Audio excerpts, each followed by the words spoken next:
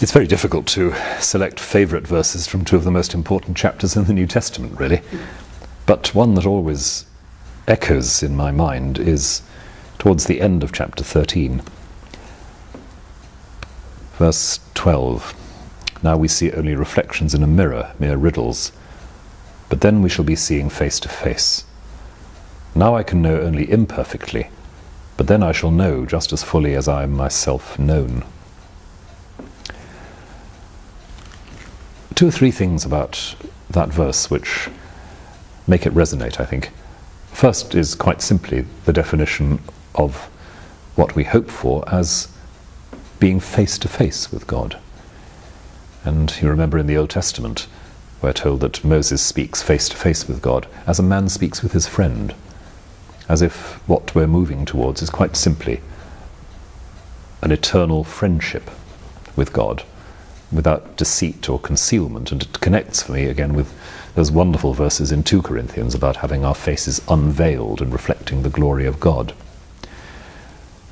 But then there's that phrase about knowing as I am known, or understanding as I am understood. All of us, I think, actually long to be fully understood, but we're also afraid of being fully understood and fully known.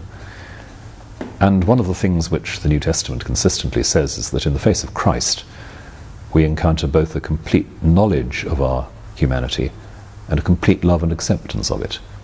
So to be fully known by God maybe is alarming in some ways, and yet it's inseparable from being fully loved.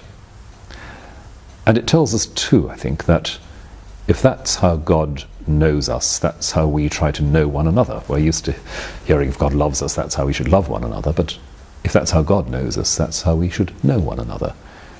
That's to say, we should seek to understand and enter into one another's experience, not as a matter of distanced analytical thinking and quartering the problem in an objective way. We should be looking to know as God knows, from the inside, to know with compassion, to know with deep understanding, and so to know with love. So I think these verses tell us what we hope for in our ultimate relation with God, to which we're moving. They tell us something of what St. Paul enlarges on in 2 Corinthians, about looking into the face of Christ and reflecting what we see there.